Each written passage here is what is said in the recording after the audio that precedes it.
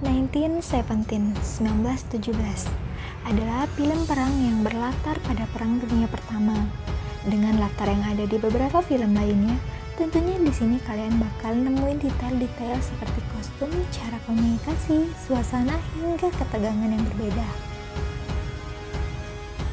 Halo guys, selamat datang kembali di Kopi Film. Gimana nih kabar kalian? Semoga sehat selalu ya.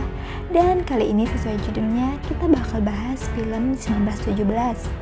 Kalau digambar secara singkat, mungkin jalan cerita dalam film ini sedikit mirip dengan Saving Private Ryan, karena kita bakal sama-sama ngelihat upaya seorang tentara dalam melaksanakan misi kecil yang punya dampak besar dalam suatu perang.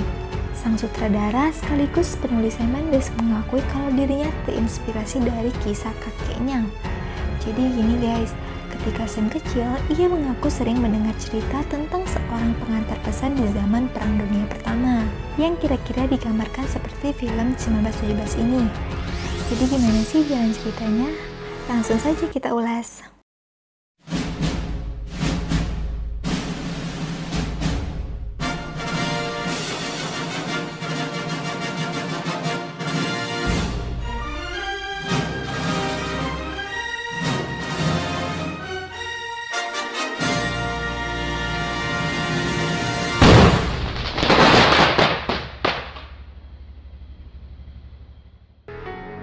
Pertama-tama, kalian bakal dibuka dengan tulisan 6 April 1917 yang merupakan latar waktu film ini terjadi. Setelah itu, kalian akan diperkenalkan dengan tokoh utama yaitu Black and Scofield. Setelah itu, kalian akan diperkenalkan dengan tokoh utama yaitu Black and Scofield yang merupakan tentara bangsa Inggris. Nah, fakta uniknya nih guys, kedua tokoh ini diperankan oleh Dean Charles Lackman dan juga John Mack yang ternyata sama-sama pernah berperan dalam serial Game of Thrones. Black yang tidur mendapat pesan dari Cersei agar segera menuju markas. Karena Black nggak tahu apa yang menunggu di sana, ia pun mengajak Scofield untuk ikut menemaninya. Di tengah perjalanan menuju markas, Black dan Scofield pun dipandu oleh Sersan Sanders. Karena penasaran, Black di sini mulai menanyakan soal detail perang dan juga ia bertanya mengapa mereka tidak pulang sebelum Natal, seperti yang dijanjikan atasan mereka. Namun sayangnya, Sersan Sanders menjawab dengan kebingungan yang sama dan menyuruh Black untuk tetap siaga. Sebelum masuk ke markas utama, Sanders pun menyuruh Black dan Scofield untuk merapikan diri sebelum bertemu jenderal. Nah, pas dia udah masuk nih guys, kalian mungkin akan terkejut juga setelah melihat siapa yang memerankan sang jenderal ini. Ya, dia adalah Olin Firth, yang kalian mungkin tahu akting Olin sebagai Garahan dalam film Kingsman. Selanjutnya, Erin Moore pun mulai memberikan persiapan soal misi yang akan dijalani oleh Black dan juga Scofield. Namun, sebelumnya ia sempat bertanya soal kakak Black yang ternyata juga terjun di medan perang, tepatnya di batalion kedua. Erin Moore pun melanjutkan dengan berkata kalau mereka berdua harus mengantarkan pesan penting kepada batalion yang dipimpin oleh Kolonel Mackenzie. Pesan yang mereka antar ternyata berisi perintah untuk menghentikan serangan Jerman. Hal ini karena mundurnya tentara Jerman hanyalah siasat untuk menyerang mereka. Siangnya, mereka ini harus mengantarkan pesan menyelusuri wilayah Jerman yang sangat berbahaya. Saat bertanya mengapa berdua saja yang mengantar pesannya, Erin Moore pun menjawab bahwa makin sedikit tentara yang terlibat maka lebih efektif. Black sendiri dipilih oleh Jenderal Erin Moore karena ia pintar baca peta, dan sedangkan Scofield hanya diajak oleh Black. Sial banget dia guys di sini. Dan ya, oke, ini membuat Scofield kesal karena ia tidak ingin terlibat dalam tugas yang berbahaya ini. Ia sampai mencoba untuk meyakinkan Black kalau tugas yang mereka lakukan ini punya risiko yang besar.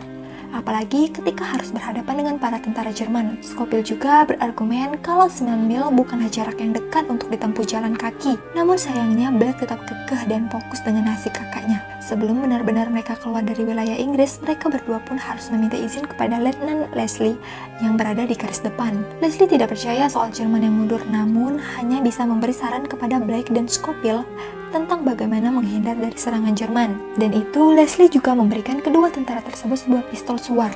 Harapannya, pistol tersebut dapat ditembakkan Black dan Scofield untuk menandakan Jerman benar-benar sudah mundur dan meninggalkan markasnya. Dari awal mereka berjalan saja, kalian sudah bisa melihat bangkai kuda yang dikerubungi lalat, dan tandanya kalau peperangan itu hanya menyisakan kematian. Kedua tentara itu mulai menyusuri pagar kawasan sambil waspada karena akan serangan musuh.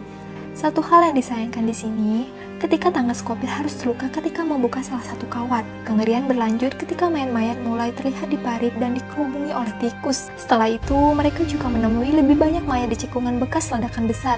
Semua perjalanan itu ditunjukkan melalui satu adegan yang tanpa cut guys, yang tentunya ini bisa bikin kita benar-benar ngerasain kengerian dan ketakutan yang mereka rasakan. Ketika mereka sampai di markas Jerman, mereka beruntung karena tidak menemukan tentara Jerman di sana, dan hasil Black dan Scopil pun dapat melewati daerah tersebut tanpa beban. Namun bukan perang namanya kalau tidak ada peristiwa yang tidak terduga, yang kali ini terjadi di dalam bunker musuh. Sama seperti di daerah markas lainnya, bunker yang mereka telusuri terkesan sepi dan gelap. Kesepian itu pun pecah ketika mereka menemukan tikus yang ternyata jatuh dalam jebakan bom yang juga dirancang oleh Jerman.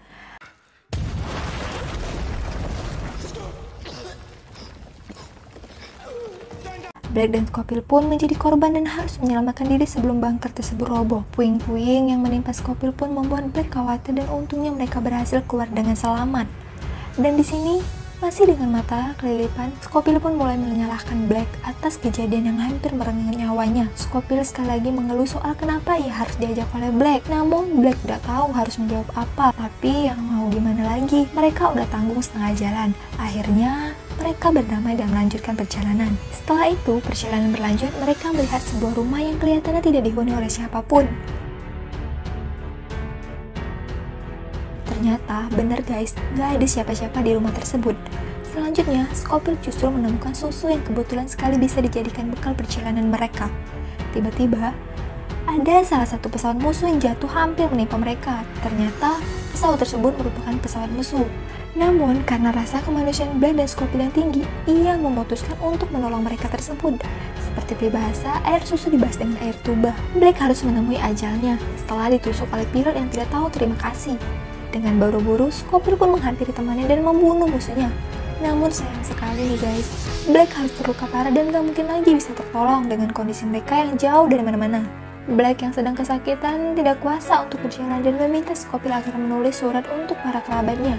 Scopil pun mulai merasa kehilangan yang sangat dalam ketika Black meninggal. Dalam masa berkabungnya, infanteri yang dipimpin oleh Kapten Sweet berpapasan dengan Scopil sambil membahas soal tugas Scopil. Sweet pun lalu mengajak Scopil untuk naik ke atas truk mereka. Dan ngomong-ngomong, di sini yang memerankan tokoh Kapten Sweet adalah Mark Strong yang mungkin kalian kenal dengan Merlin dalam film Kingsman. Di tengah perjalanan, truk yang ditumpangi Scopil pun terjatuh dan terjebak di lumpur. Dan hal ini membuat Scopil putus asa sampai ia menyuruh penumpang lainnya untuk mendorong truk bersamanya. Please, I have to go now. Please. Pada adegan ini, kalian bakal melihat kegigihan yang sangat kental dari seorang tentara, apalagi yang mengalami masa berduka. Setelah beberapa lama, Scopil pun memutuskan untuk berpisah karena sudah merasa kehabisan waktu.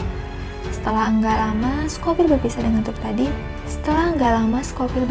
truk tadi, ia harus berhadapan dengan musuh yang terlihat baku tembak. Peluru demi peluru melesat hingga akhirnya membuat Scopil terhempas jatuh ke bawah tangga hingga pingsan. Pingsannya Scopil ternyata berlangsung sangat lama guys, tepatnya hingga malam tiba. Scopil pun terbangun dan langsung berjalan keluar hanya untuk melihat kilatan suara menyinari reruntuhan. Ternyata guys, suara tersebut berasal dari tentara Jerman yang berusaha mencari keberadaan musuh. Setelah berkali-kali nyaris tertangkap, Scopil pun berhasil masuk ke dalam rumah seorang wanita Perancis. Dengan perlahan, Scopil mulai menunjukkan itikat baiknya ke sang wanita dan mereka mulai bercakap meski tidak begitu mengerti satu sama lain. Karena waktu terus berjalan, mau gak mau Scopil pun harus melanjutkan perjalanannya kembali. Setelah keluar rumah, Scopil pun hampir mati karena dikejar dan juga ditembak. Sampai ia harus terjun ke sungai demi menyelamatkan dirinya. Sungai tersebut membawa Scopil ke daerah yang tidak ia kenal. Dan dengan kelelahan, ia mulai menyelusuri daratan di sana. Langkah demi langkah pun akhirnya tiba ke kelompok tentara yang tidak lain merupakan bagian dari Second Dewan. Salah satu tentara bahkan berkata kalau serangan pertama sudah diluncurkan oleh Kolonel Mackenzie. Setelah mendengar kabar itu, Scopil pun terkejut dan mulai berlarian karena ia tahu harus segera menyampaikan pesan untuk membatalkan serangan ini. Dengan terburu-buru, Scopil pun mulai menelusuri jalur yang penuh tembakan dan juga ledakan. Bahkan, ia harus beberapa kali bertanya dan juga jatuh bangun untuk menemukan di mana posisi Kolonel Mackenzie berada. Dan ketika dia sampai pada Kolonel Mackenzie, awalnya tidak percaya dengan Scopil, tetapi setelah membaca surat yang ditulis dari General Erin Moore, ia langsung memerintahkan untuk menghentikan serangan. Surat yang ditulis dari General Erin Moore, ia langsung memerintahkan untuk menghentikan serangan. Stand them down. Dan di momen inilah bisa dibilang kalau tugas Black dan Scofield berhasil. Meski juga menyisakan banyak korban jiwa, juga termasuk Black. Perjalanan Scofield hampir berakhir dan dia hanya tinggal mencari kakak Black yang berada di dalam batalion tersebut. Dengan segala usaha, Scofield akhirnya berhasil menemui kakak Black sambil membawa kabar duka soal adiknya. It was very quick. I'm sorry. Sama seperti di awal film, Scofield pun kembali berjalan dan beristirahat di rerumputan. Namun, kali ini ia harus merasakan duka dan juga kengerian sepanjang perjalanan.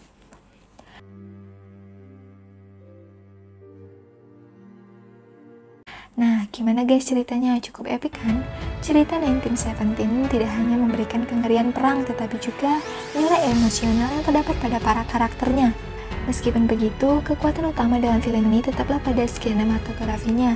Dan kalian harus tahu guys, kalau sinematografer untuk 1917 adalah Roger Deakins, yaitu orang yang sama yang menangani Blade Runner pada tahun 2017. Dan karena dedikasinya, Roger pun mendapat piala Oscar di tahun ini. Oke guys, itu dia rangkuman singkat film 1917 yang fenomenal dan juga memukau. Kalau kalian punya film lain yang mungkin cocok untuk dan juga seru untuk dibahas, langsung aja komen di bawah. Terima kasih buat yang udah nonton dan jangan lupa like, komen, dan subscribe juga agar kalian tidak ketinggalan video-video selanjutnya dari kami. Assalamualaikum warahmatullahi wabarakatuh. Bye-bye.